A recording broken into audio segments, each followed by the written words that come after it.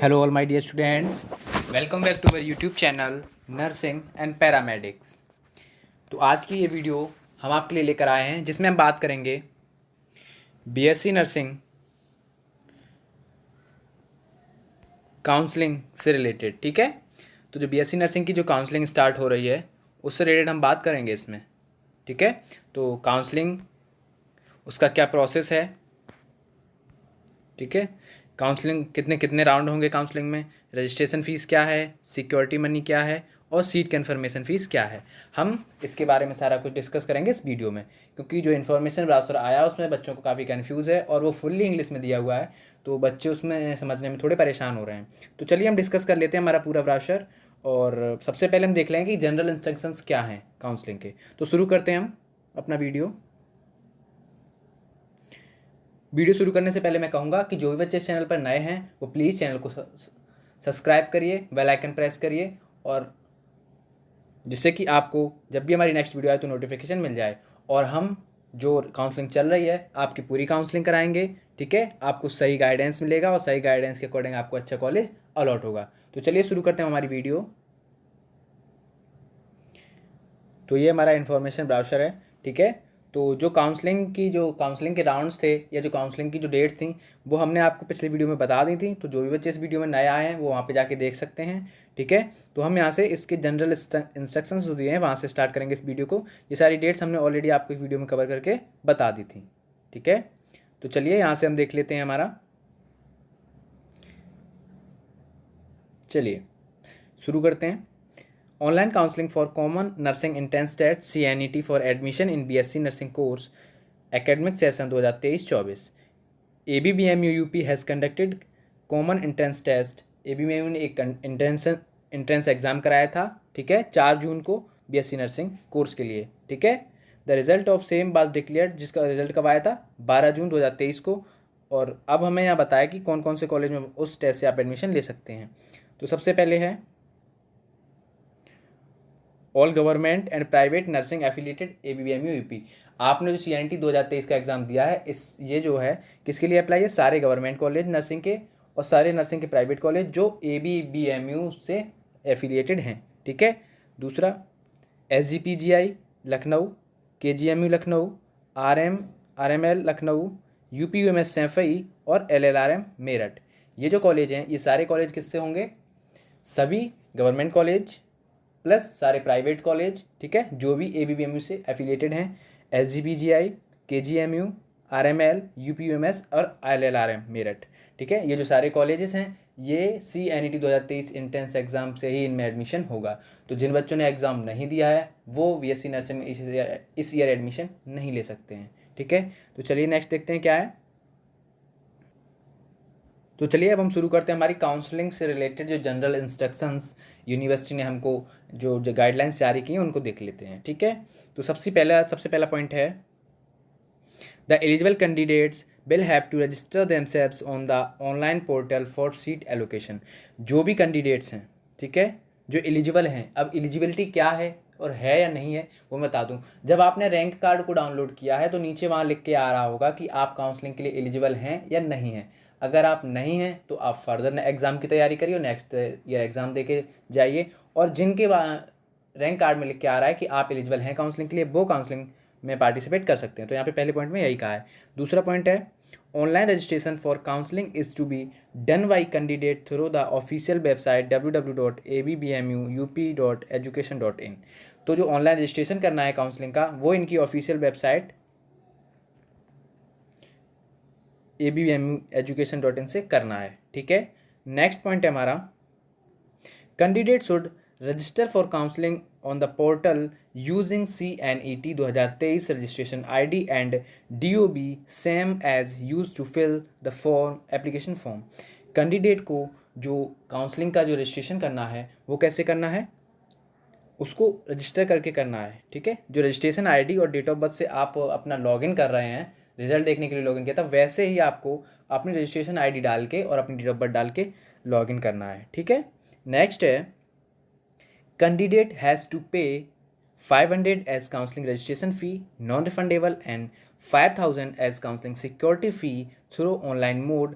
The candidates who do not pay both fee will not be considered for counselling process. यहाँ पे हमसे कहा है कि जो कैंडिडेट काउंसलिंग कराना चाहते हैं उनको 500 रुपये पे करने होंगे काउंसलिंग रजिस्ट्रेशन फ़ीस के तौर पे, ठीक है। 500 रुपये काउंसलिंग रजिस्ट्रेशन फ़ीस जो कि आपको वापस नहीं दी जाएगी, ठीक है। सेकंड, 5000 एज काउंसलिंग सिक्योरिटी फ़ी, और 5000 रुपये आपको देने हैं काउंसलिंग सिक्योरिटी फ़ी के तौर पे, ठीक है। जो कि आपके जो 5000 रुपीज़ हैं वो आपके रिफंडेबल होंगे, ठीक है। और कैसे करना है, हमको ऑनलाइन मोड में करना है। और जो कैंडिडेट ये फ़ीस पे नहीं करेगा वो काउंसलिंग नहीं करा सकता है, ठीक है। देखिए, आपको वेबसाइट पे जाना है, लॉगिन करना है और अपना पोर्टल खोलना है, उसमें आपको ये दोनों फ़ीस पे करनी है और इसमें से जो 500 रुपये हैं वो आपको रिफ़ंड नहीं होंगे, वापस नहीं किए जाएंगे, और जो 5000 रुपये हैं वो आपके सीट अलॉट होने के बाद या आपको कोई भी सीट नहीं मिल पाती है तो आपके जो पैसे हैं वो वापस आ जाएंगे। तो इसलिए कोई भी बच्चा ये ना सोचे कि हम काउंसलिंग करा रहे हैं, कॉलेज नहीं मिलेगा तो मेरे पैसे बर्बाद हो जाएंगे। नहीं, अगर आपको कॉलेज नहीं मिलता है तो आपके जो पैसे हैं वो आपको वापस एज इट इज़ अकाउंट में दे दिए जाएंगे। चलिए नेक्स्ट पॉइंट है, after the completion of all rounds of counseling, the admitted candidates and those candidates who have not been allotted any seat will be refund counseling fee 5000 to bank account details already provided by the candidate at the time of application form filling। ठीक है, इसमें हमें वही बात कही है कि अगर सीट नहीं मिलती है तो जो आपके 5000 रुपये वो आपको अकाउंट में वापस मिल जाएंगे जो कि आपने प्रोवाइड किया होगा जब आपने फॉर्म फिल किया था। नेक्स्ट पॉइंट है, चलिए तो नेक्स्ट पॉइंट है हमारा, after seat allotment the candidate has to pay seat confirmation fee. देखिए मैं आपको बता दूं ये क्या है। Seat confirmation fee 40,000 through online mode challan mode to ABBMU UP to confirm seat allotment. This amount will be transfer to allotted college and adjust against tuition fee after completion of all rounds of counselling process. देखिए, जब आपको seat allotment हो जाएगा, ठीक है, उसके बाद आपको सीट कन्फर्मेशन फ़ीस पे करनी है। कौन सी? ये जो फ़ीस है ये लास्ट ईयर ऐसा नहीं था, ये चीज़ जो है इस साल नई ऐड की गई है यूनिवर्सिटी के अकॉर्डिंग। आपको सीट कन्फर्मेशन फ़ीस को पे करना है सीट अलॉटमेंट होने के बाद, जिसका अमाउंट है 40,000 रुपीज़। किसी को घबराना नहीं है कि पहले 5,000 लगे, फिर 500, फिर 40,000 लग रहे हैं और अभी तक एडमिशन नहीं हुआ है।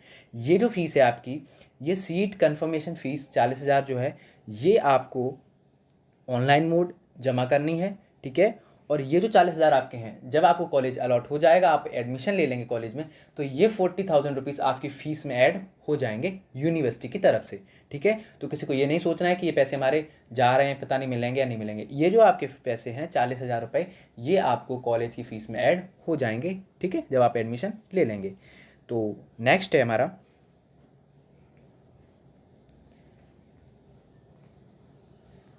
After seat allotment the candidate has to report allotted college for document verification.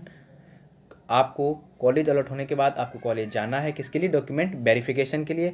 And deposit admission administrative fee of 2,000 rupees. और आपको फिर वहाँ क्या करना है, वहाँ पे आपको 2,000 रुपये एडमिशन और एडमिनिस्ट्रेटिव फ़ीस जमा करनी है, ठीक है।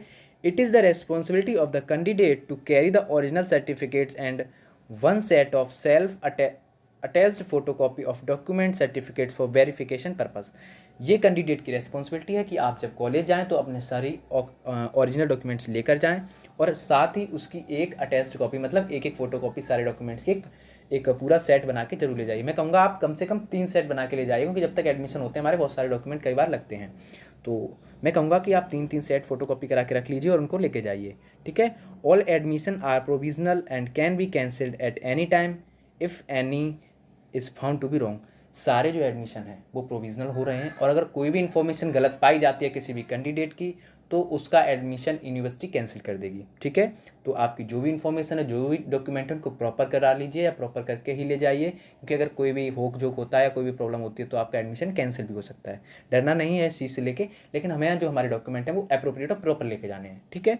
नेक्स्ट पॉइंट है, after the seat allotment and acceptance in mop-up round, if any candidate is not taking admission in allotted college till the last date of reporting in the college, the allotted seat and security fee and seat confirmation fee will be fortified।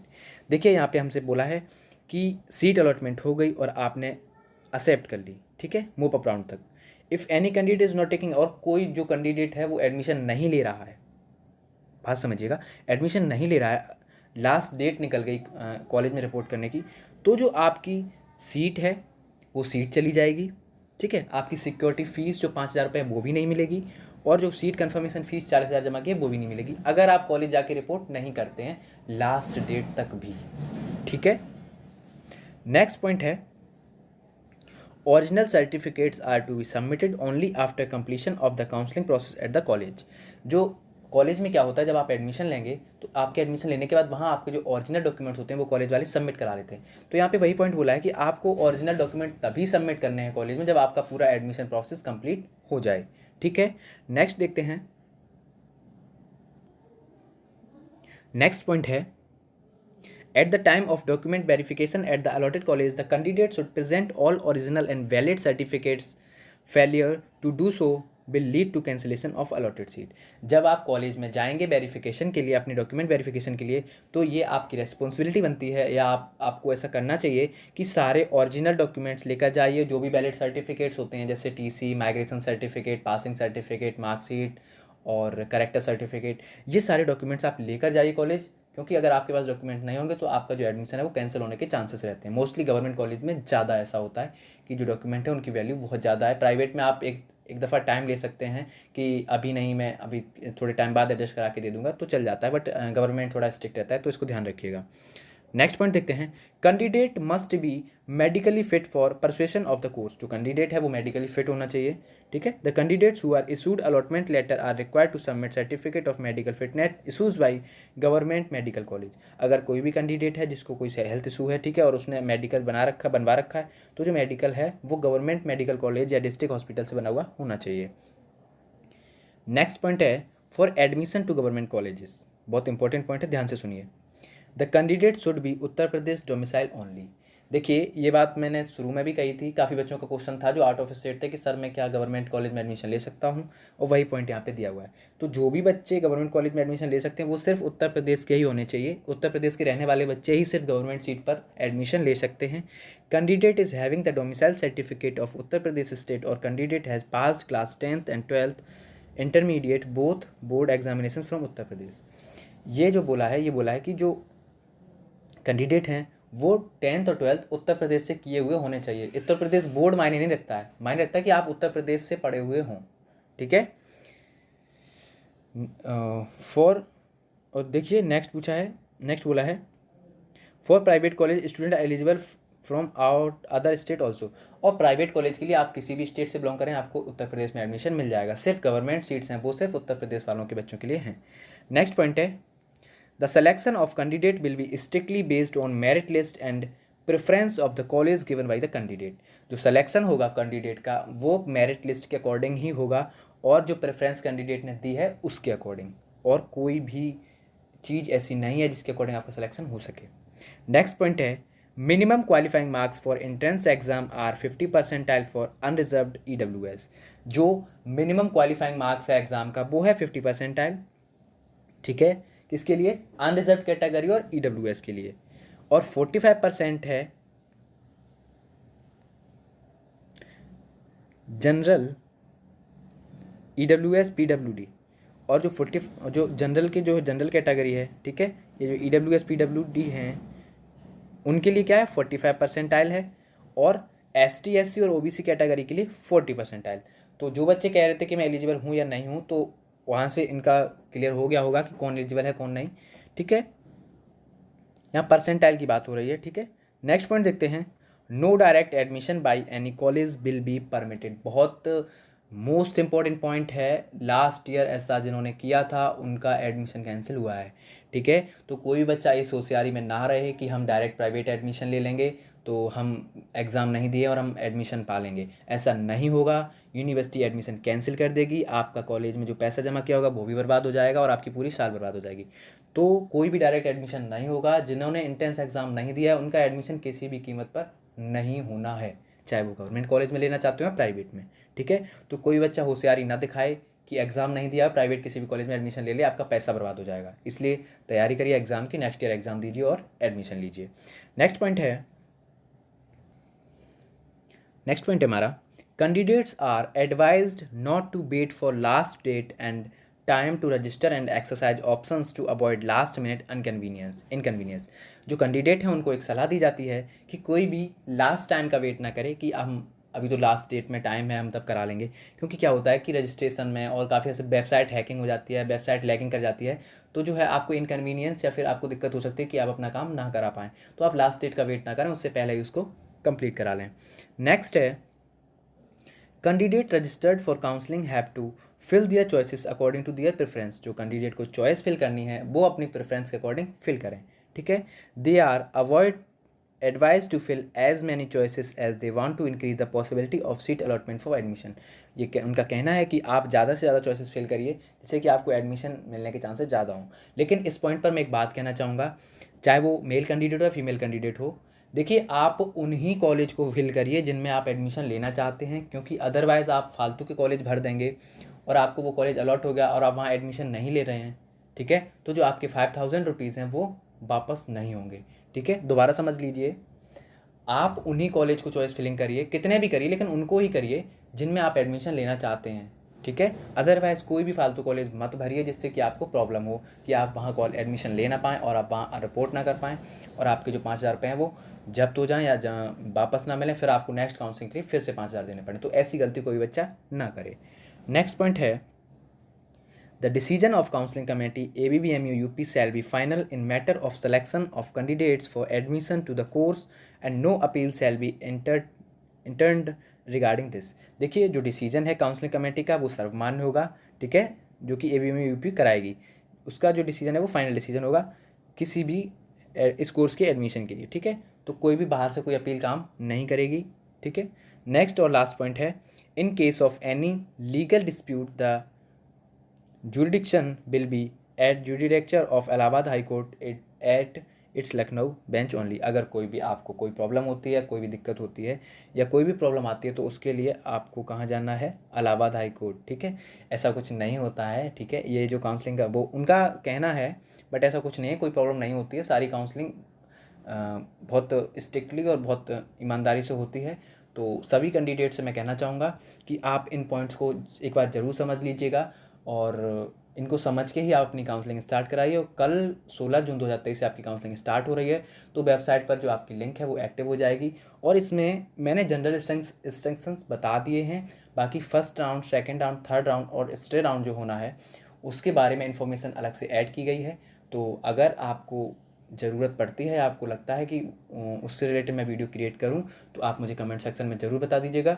मैं first round कैसे कराना है पूरा process admission तक का बता दूंगा, second round कैसे कराना है पूरा एडमिशन तक का प्रोसेस, थर्ड कैसे कराना है पूरा एडमिशन तक का प्रोसेस बताऊंगा, ठीक है। क्योंकि एक वीडियो में करने से बहुत लंबा वीडियो हो जाएगा, तो आपको अगर ज़रूरत पड़ रही है तो आप हमें कमेंट करके बता दीजिएगा, हम वीडियो फर्दर बना देंगे, ठीक है। आई होप आपको वीडियो पसंद आया होगा, तो प्लीज़ वीडियो को लाइक करिए, कमेंट करिए और अपने दोस्तों के साथ शेयर करिए जिससे उनकी भी हेल्प हो सके।